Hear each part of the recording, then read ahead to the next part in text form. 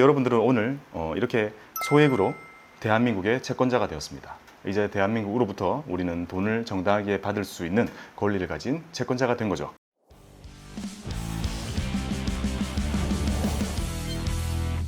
안녕하세요, 박곰입니다. 오늘은 오랜만에 채권 컨텐츠를 가지고 왔습니다. 제가 아주 오래전에 채권 매수 따라하기 이런 컨텐츠를 찍어서 올려드린 적이 있는데요. 이게 지금도 계속 조회수가 올라가더라고요. 그래서 아마 많은 분들이 채권에 관심이 많으신 만큼 스마트폰으로 스스로 채권을 매수하는데 좀 어려움을 겪으시는 분들이 많은 게 아닌가라는 생각이 들었습니다.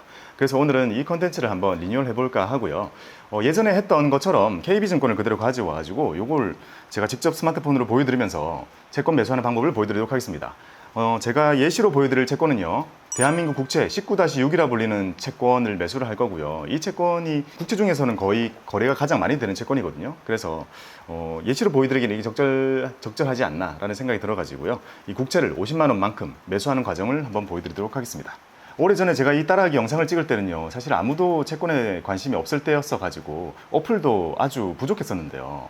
뭐 대부분 증권사 그랬고요. 근데 지금은 사실 개인 투자자들이 정말 채권을 많이 사는 시기이기 때문에 스마트폰에 아주 많은 부분이 업그레이드 되었다고 알고 있습니다. 그래서 어차피 리뉴얼이 필요하고 훨씬 보기 편한 UI로 채권을 사는 과정을 한번 보여드릴 수 있을 것 같습니다. 예시는 KB증권을 보여드리는 거지만 다른 증권사들도 크게 다르지 않을 겁니다. 그러니까 스마트폰으로 이렇게 소액으로 국채 사는 거 한번 따라해 보시기 바랍니다. 그리고 제 채널의 구독자시라면 당연히 이게 광고가 아니라는 걸 아실 거고요. 사실 오히려 이런 걸 보고 광고가 들어오면 좋지 않을까, 항상 그런 생각으로 찍습니다. 광고는 채널 운영에 큰 도움이 되기 때문이죠. 어쨌든 광고 아니라고 한 거는 전혀 광고가 아닙니다. 그럼 스마트폰으로 보면서 같이 한번 해보겠습니다. 가실까요? 자, 이렇게 스마트폰에서 KB증권의 맵을 요걸 눌러보겠습니다. 자, 첫 화면이 나오고요. 로그인을 한번 해줘야겠죠. 자, 이 화면에서 우리는 채권을 사기 위해서 맨 왼쪽 아래에 있는 메뉴를 누르고요. 자, 이렇게 나오는 것 중에 여기 보면 연금, 상품 여기에 있습니다. 그리고 왼쪽에 보면 채권 메뉴가 보이죠. 채권 메뉴는 3개 아주 심플하게 되어 있네요. 마이채권, 채권 알아보기, 채권 구매하기. 마이채권은 내 잔고 나오는 걸 거고, 채권 알아보기는 채권에 대한 설명이 나올 거예요. 그렇죠. 채권이 뭔지, 투자 방법이 뭔지, FAQ. 자, 이런 거 제가 채널에서 설명을 많이 드렸죠. 우리는 채권 구매하기로 가보겠습니다.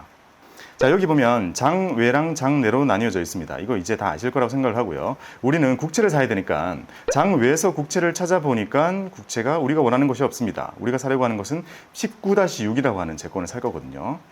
잘 안 보이죠? 그래서 장내로 가서 살 겁니다.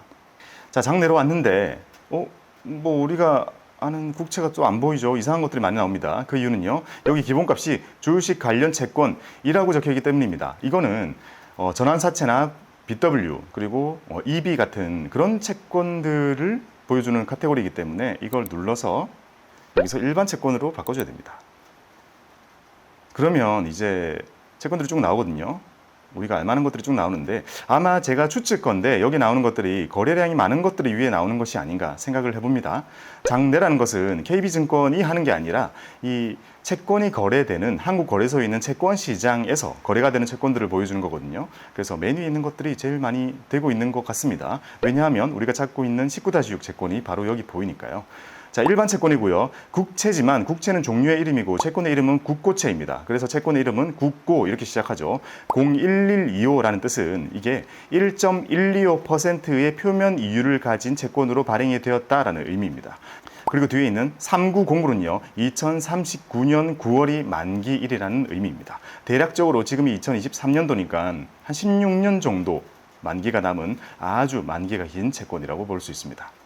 그 다음에 괄호 속에 19-6은 2019년도에 6번째로 나온 채권이다 정도로만 기억을 하시면 되고요. 채권 이름이 너무 기니까 우리끼리 얘기할 때는 그냥 19-6 이렇게 얘기하는 경우가 많습니다.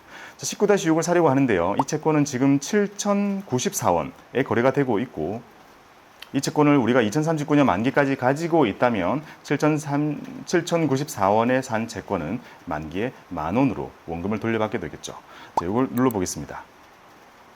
국고 011225 3909 19-6 이렇게 적혀 있고, 좀 더 자세히 알아보겠습니다. 주요 정보 이런 거 당연히 알고 넘어가야겠죠. 자, 이게 채권의 이름이고요. 영문명 몰라도 되고요. 국채이고요. 발행일은 2019년 9월 10일, 그리고 만기는 20년 뒤인 2039년 9월 10일. 우리는 4년 정도 지난 상태에서 이 채권을 사고 있습니다. 자, 이 채권이 매력 있는 이유 중에 하나는요, 2019년도에 발행이 되었다는 의미입니다. 무슨 이유냐면요, 보면 자, 2019년도에는 지금처럼 금리가 높지가 않았었습니다. 아주 낮았을 때죠. 금리 인상이라는 게 시작되기 전이니까요. 심지어 코로나 위기가 시작되기도 전이니까요. 그래서 그때 발행되었던 국채의 표면 금리가 1.125%로 발행이 되었습니다. 하지만 지금 시장에서 국채가 거래되는 건 3%가 훌쩍 넘잖아요. 그래서 1.15에 발행되어 있는 이 채권이 지금 시장에서 3몇 프로로 거래가 되고 있지만, 우리가 이걸 삼으로 인해서 얻을 수 있는 장점은요, 이자는 1.125%만큼만 낸다는 것에 있습니다. 세금을 줄일 수 있다는 것은 투자 규모가 아주 큰 자산가에게 매력으로 다가오기 때문에 지금 국채 중에서 이걸 정말 많은 사람들이 찾는 겁니다. 이자 계산 주기는 6개월입니다. 그러니까 반기라는 개념이 아니고요, 6개월마다라는 개념입니다. 발행 후 6개월마다니까 얘는 3월 10일, 9월 10일, 3월 10일, 9월 10일 이렇게 계속 이자를 주는 채권입니다. 자, 딴 거 볼 필요 없고요. 그 다음에 신용등급. 자, 신용등급이 없죠. 자, 국채는 신용등급이 없습니다. 자, 미국에 있는 그런 신평사들은 우리나라를 신용평가를 매기기도 하고, 그리고 이런 채권도 등급을 매기긴 하겠지만, 우리나라 안에서 우리 대한민국은 신용등급이 없습니다. 왜냐하면 절대 망하지 않기 때문이죠.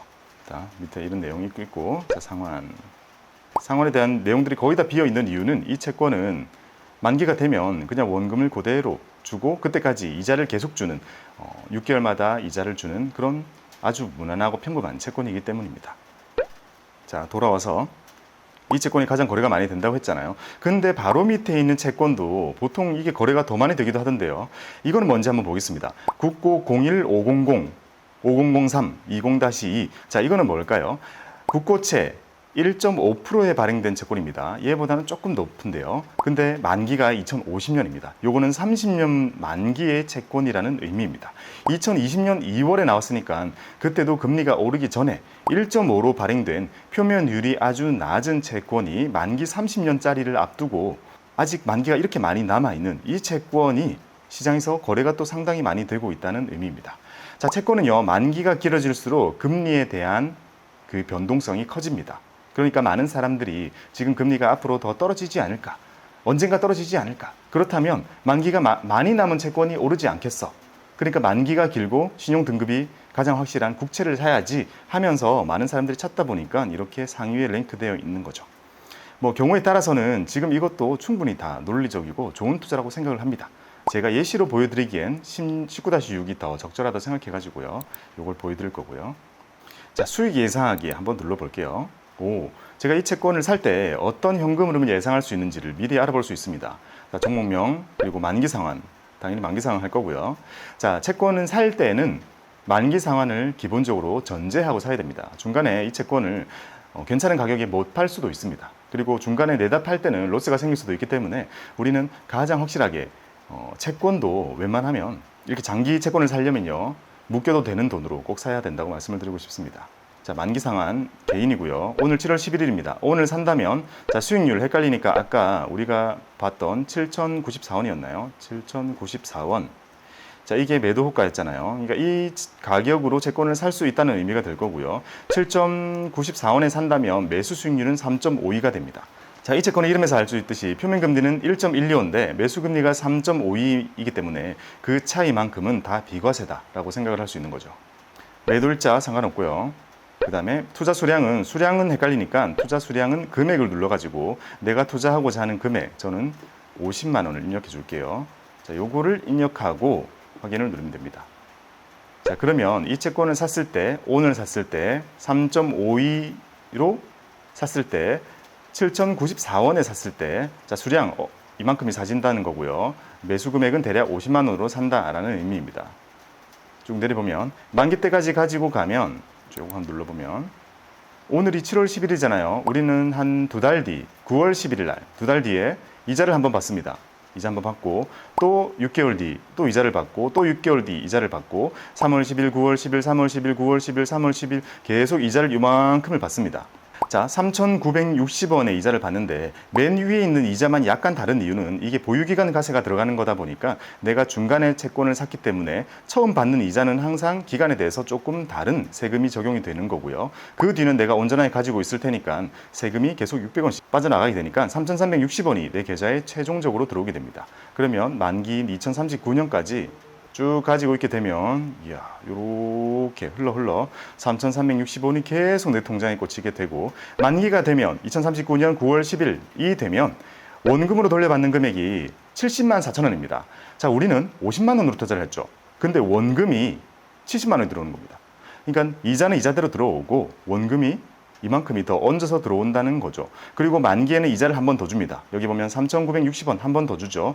그래서 만기 때는 이만큼을 돌려받게 되고 만기에도 원금을 이렇게 받는다고 해도 세금을 더 내는 건 없습니다. 여전히 세금은 600원만 내는 거죠.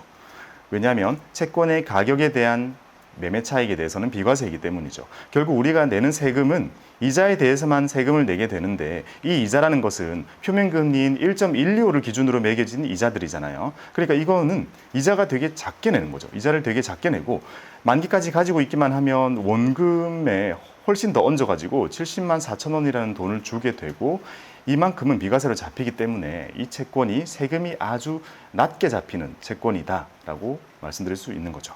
그래서 하나씩 읽어보면요. 자, 이 채권을 투자하면서 내가 받은 모든 이익 중에서 세금을 내야 되는 걸로 체크가 되는 부분은 12만 8천 원밖에 안 되고요.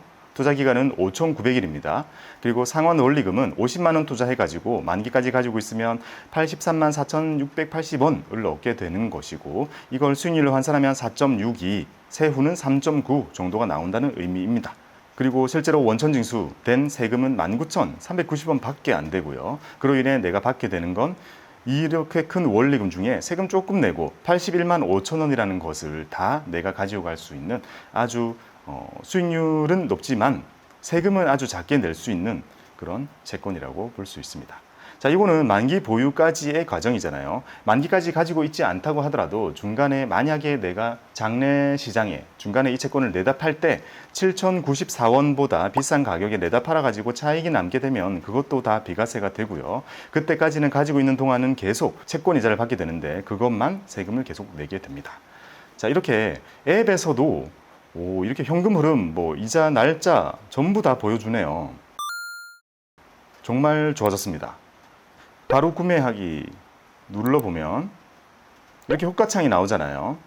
보면 자, 주식이랑 똑같습니다. 장내 채권이라는 건 결국 우리가 증권사로부터 채권을 사는 게 아니라 시장에서 이 채권을 가지고 있는 다른 사람에게서 채권을 사는 것이기 때문에 다른 사람들이 내어놓은 이런 주문 양을 보고 우리가 주문을 넣어야 되거든요. 주식이랑 똑같습니다. 여기 보면 지금 바로 살 수 있는 가격은 7,094원입니다. 자, 이 가격을 입력하면 이렇게 입력이 될 거고 50만 원으로 살 수 있는 수량은 70.3천 원만큼의 수량입니다. 70.3 이렇게 자동으로 입력이 되죠. 자, 이 수량 계산은 매우 어렵고 헷갈리기 때문에 우리는 여기를 보고 항상 거래를 하는 겁니다. 거래 금액 49만 8,708원 맞겠죠? 이게 50만 원으로 수수료 약간 제하고 이 정도가 될 겁니다. 매수. 자, 이 채권을 이 계좌에서 요만큼 삽니다. 매수 완료되었습니다. 완료가 됐는지 보기 위해서는 제일 좋은 방법은요. 여기 밑에 가지고 이렇게 넘기다 보면 자산 평가라고 있거든요. 여기 들어가 보면 이 계좌에서 지금 아직 예수금으로 잡혀 있죠. 채권이 체결됐지만 여기에 계좌가 뜨는 거는 오후에 뭔가 정산 작업이 완료가 되고 나면 여기 뜨게 됩니다. 채권은 주식처럼 며칠이 걸리거나 그러지는 않기 때문에 기다려 있으면 한 1시간 정도 뒤쯤 업무가 끝나면 여기에 제 잔고가 뜨도록 됩니다. 여기 만약에 잘 안 뜨거나 헷갈릴 때는 가장 정확한 거는요. 채권의 잔고 같은 경우에는 채권 메뉴로 들어가서 잔고를 보는 것이 가장 정확합니다. 대부분 증권사들이 그래요. 자, 채권 메뉴 다시 들어와 보면 이 중에 마이 채권이라고 있죠. 여기 들어가 보면 자, 여기에 채권이 좀 더 자세하고 명확하게 뜹니다. 19-6을 예전에 산 적이 있죠. 7월 4일에 산 거. 이렇게 떠 있게 되죠. 오늘 산 것도 이제 결제가 되고 나면 여기 밑에 추가적으로 아마 뜰 겁니다. 자, 이렇게 채권을 사시면 되고요. 이제 매년 3월 10일과 9월 10일에 우리는 이 19-6에 대한 이자를 받게 되는 거죠. 자, 이렇게 대한민국 국채를 사봤습니다. 우리가 큰 기업의 주식을 샀을 때 처음으로 삼성전자 주식 샀을 때 우리는 그런 마음가짐을 가져보죠. 우와, 이렇게 큰 회사의 주주가 되다니. 근데 여러분들은 오늘 이렇게 소액으로 대한민국의 채권자가 되었습니다. 이제 대한민국으로부터 우리는 돈을 정당하게 받을 수 있는 권리를 가진 채권자가 된 거죠. 대한민국 국채 채권자가 되는 것에도 이렇게 만 원도 채 들지 않습니다. 그만큼 소액으로 국채 투자도 용이해진 그런 시대가 참 새롭기도 합니다. 영상 봐주신 분들께 감사를 드리고요. 여러분들도 오늘 이걸 따라하기를 해보면서 대한민국의 채권자가 되어보시길 바랍니다. 여러분들의 채권 성투가 성공하기를 기원합니다. 감사합니다.